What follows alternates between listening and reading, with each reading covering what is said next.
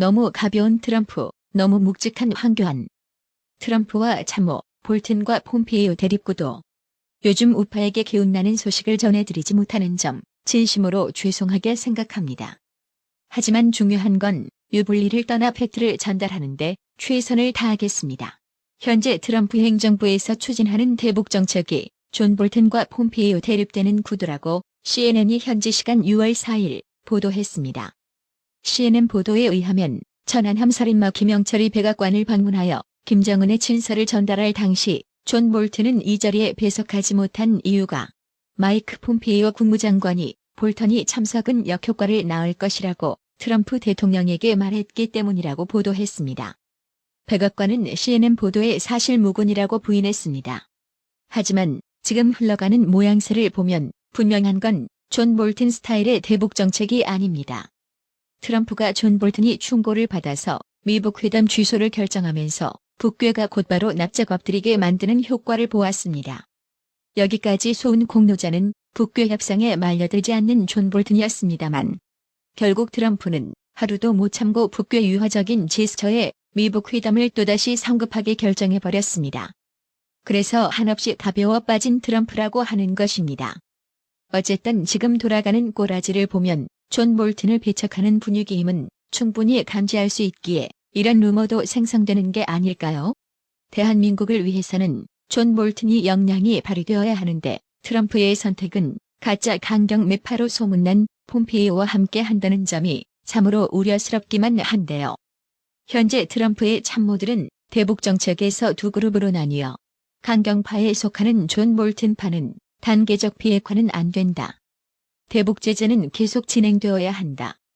협력이나 투자는 북괴 완전한 핵폐기 이후의 문제다를 주장하고 있고 가짜 강경 매파 폼페이오파는 이제 평화다. 군사, 경제, 문화 교류 바로 시작하겠다. 단계적 비핵화 조치에도 제재 풀어주자는 주장을 하며 제각각 목소리를 내고 있습니다. 폼페이오 스타일대로라면 6월 12일 싱가포르 회담은 대화만을 위한 회담일 뿐일 겁니다. 미북 회담을 코앞에 두고 어수선한 가운데 백악관에 이어 국무부도 북한의 비핵화 때까지 제재 국면이 지속될 것이라고 밝혔습니다. 비핵화 협상의 장기화 가능성을 일축하고 단계적 접근을 하지 않겠다는 기존 원칙을 확인했다고 미국 소리방송이 보도했습니다. 익명을 요구한 국무부 관계자는 현지 시간 6월 4일 미국 소리방송과의 인터뷰에서 북한 비핵화에 15년 이상 걸릴 수 있고 단계적 해법이 최선이라는 미국 핵과학자의 최근 주장에 대해 이전 협상의 점진적이고 단계적 접근법은 모두 실패했다는 기존 입장을 또다시 밝혔습니다. 이 관계자는 또 최대 압박이라는 용어를 사용하지 않겠다는 트럼프 대통령의 발언이 국제사회의 체제를 약화시킬 우려는 없느냐는 VOA의 질문에 트럼프 대통령의 말처럼 매우 강력한 대북 체제를 가하고 있으며 북한이 비핵화할 때까지 제재를 해제하지 않을 것이라고 거듭 확인했습니다. 트럼프는 현지 시간 6월 5일 싱가포르에서 북한과의 만남이 바라건대 뭔가 큰일의 출발점이 될 것이라고 말하며 이와 함께 나는 회담이 한 번이라고 말한 적이 없다. 한 번의 합의가 성사된다고 하지 않았다며 일회성 회담으로 그치지 않을 것이라는 점을 시사했는데요. 트럼프의 발언은 그동안 원샷 원킬을 주장해오다가 이제는 장기 레이스를 밟겠다는 뜻으로 풀이가 되는데요.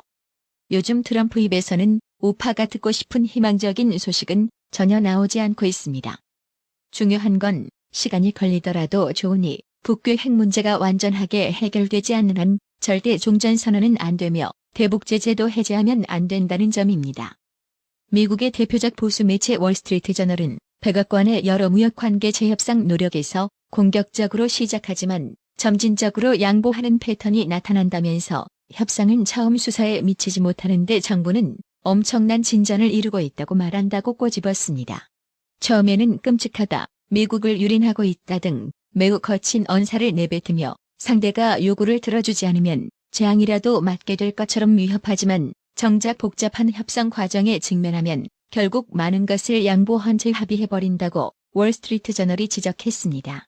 미국 정부의 말과 행동이 따로 논다는 월스트리트 저널의 지적은 통상 문제에 빗대어 말했지만 실제 이번 대북 정책에서도 비슷한 맥락으로 읽혀집니다. 한편 미북 회담을 일주일 정도 남겨두고 여전히 성김 필리핀 주재 미국 대사가 이끄는 미국 측 협상팀과 최선희 외무성 부상 등 북측 협상팀은 북측 지역 통일각에서 북미 회담 의제를 조율했으나 6월 5일까지 합의를 이루지 못한 것으로 알려졌습니다. 뭔가 상당히 어설프다라는 생각이 들지 않나요? 이러니 부실한 회담이 될 거라는 우려가 여기저기 터져나오는 거죠. 의제가 합의되지 않으면 미북 회담은 당연히 취소해야 한다고 봅니다. 지금 우파 정치권에서는 심각한 인물 가뭄 현상을 겪고 있는데요.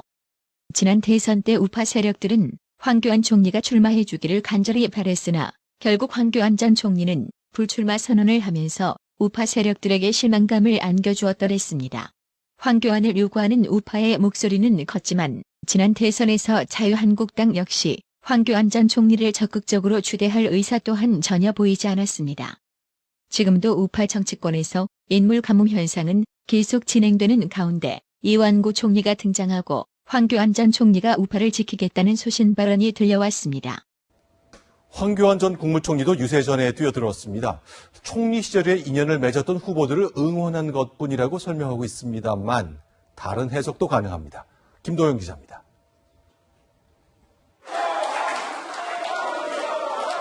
황교안 전 국무총리의 이름이 울려 퍼집니다. 출정식을 방불케 하는 분위기에 어렵습니다. 대한민국을 위해서 황교안 총리님을 여러 번 하겠습니다.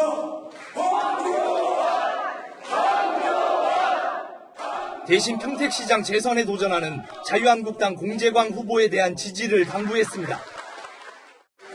지금 평택시장이 누굽니까? 공재광! 아껴머리 어떻던가요? 앞서 황 전 총리는 현역 때 여성부 장관을 지낸 강은희 대구교육감 후보와 기재부 차관 출신 송원석 김천 국회의원 후보 지원 유세를 펼치기도 했습니다. 일각에선 지방선거 이후 야권 재편 가능성을 염두에 둔 정치 행보라는 해석도 나옵니다. 우리 보수의 가치를 가지고 있는 분들이 많이 있는데 그분들하고 함께 정말 우리 보수를 지켜야 되겠다. 이완구 전 총리가 이미 당권 도전 가능성을 시사한 가운데 할 수 있는 어떠한 역할도 피하지 않겠습니다. 한국당 내부에선 미세하지만 주도권 경쟁 조짐도 감지되고 있습니다. 가벼워 빠진 트럼프, 너무 묵직해서 탈이었던 황교안 전 총리와 이완구 전 총리의 등장은 새로운 인물을 희망하는 우파에게는 큰 힘이 될 것이라 전망해 봅니다. 트럼프에게 This is not playing of game. 대한민국 5천만 국민의 운명이 걸린 북괴 비핵화 문제는 게임이 아니라는 사실을 충고하고 싶습니다.